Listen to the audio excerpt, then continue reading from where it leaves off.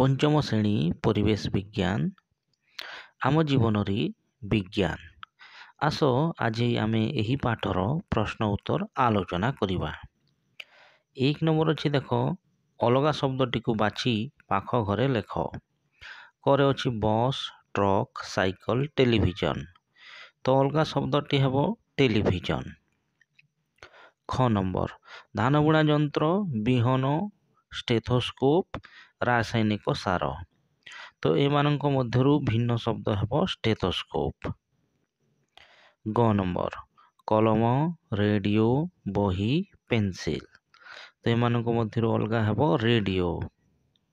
घ number thermometer Xerox machine blood pressure machine syringe, तो अलगा हेबो जेरक्स मेसिन।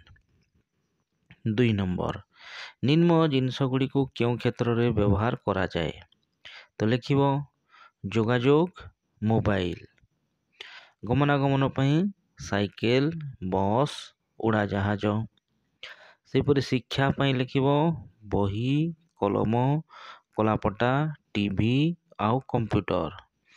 सेपरि चिकित्सा विज्ञान में व्यवहार करा जाए इंजेक्शन माइक्रोस्कोप औषध बोतल, आउ ट्रैक्टर आउ पानी पंप कृषि क्षेत्र में व्यवहार करा जाए। 3 नंबर चिकित्सा क्षेत्र में विज्ञान आमको किपरि साहाय्य करुछि, तो यही प्रश्न उत्तर लिखिबो जे आजिकाली विज्ञान रो अवदान जोगु विभिन्न प्रकार प्रतिषेधक टीका बाहरलाणी। एक्सरे अल्ट्रासाउंड और स्कैनिंग यंत्र उद्भावन जोगु आम शरीर अभ्यंतरीण अंगरे हेउथिबा असुविधा को सहजरे जानी हेउछि। आधुनिक चिकित्सा पद्धति जोगु चक्षु हृदपिंड किडनी भली अंग को मध्य प्रतिरोपण करा जाई पारुछि। आजिकाली आम शरीर रे रक्त परिमाण कमी गले बा दूषित होई गले संगृहित होइथिबा रक्त मध्य आमे ग्रहण करि पारुछु। दुर्घटना जोगु बा अन्य कारण हेतु शरीरर कौनसी अंगर आकृति बदली गले प्लास्टिक सर्जरी द्वारा ताहा ठीक करा जाई पारुछि। आउ गोड़ बा हाथ कटि गले कृत्रिम गोड़ बा हाथ मध्य लगा जाई पारुछि। 4 नंबर देख क्यों सब क्षेत्र रे विज्ञान द्वारा सृष्टि जिनिसर अपव्यवहार हेउछि उदाहरण सह लेख, तो लिखिबो आमे न्यूक्लियर शक्ति को मानव कल्याण रे न लगाई युद्ध रे विनियोग करी अपव्यवहार करुछु। सेहीपरि विज्ञान द्वारा सृष्ट विद्युत शक्ति को आमे बेपरुआ होई विशेष भाव रे घरे और बाहर अपव्यवहार करुछु।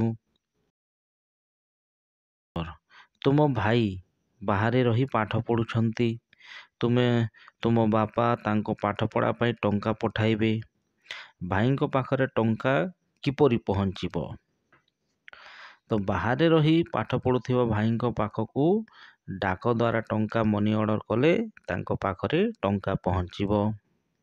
आउ आजिकाली मोबाइल रे मध्य टंका पहुँची पारुछि। वैज्ञानिक माने उद्भावन करिथिबा केउ 3टी जिनिस तुम पई अधिक गुरुत्वपूर्ण ओ काहेकि, तो लिखिबो जे इंटरनेट आम पई अधिक गुरुत्वपूर्ण कारण यह द्वारा आम पृथ्वीर जेकोसी स्थान रे बास करुथिबा लोकंक सह तत्काल संपर्क स्थापन करि पारुछु। स्वास्थ्य क्षेत्र रे रोग चिन्हट पई अत्याधुनिक मेसिन व्यवहार जोगु अनेक जटिल रोगर चिकित्सा संभव हेउछि। आउ ट्रेन बा उड़ा जहाज द्वारा आम शीघ्र गोटे स्थान रु अन्य स्थान को जाई पारुछु, सेति पई एही 3टी अति गुरुत्वपूर्ण। तो यहीपरि भाव रे सब प्रश्न उत्तर लिखिबो। धन्यवाद।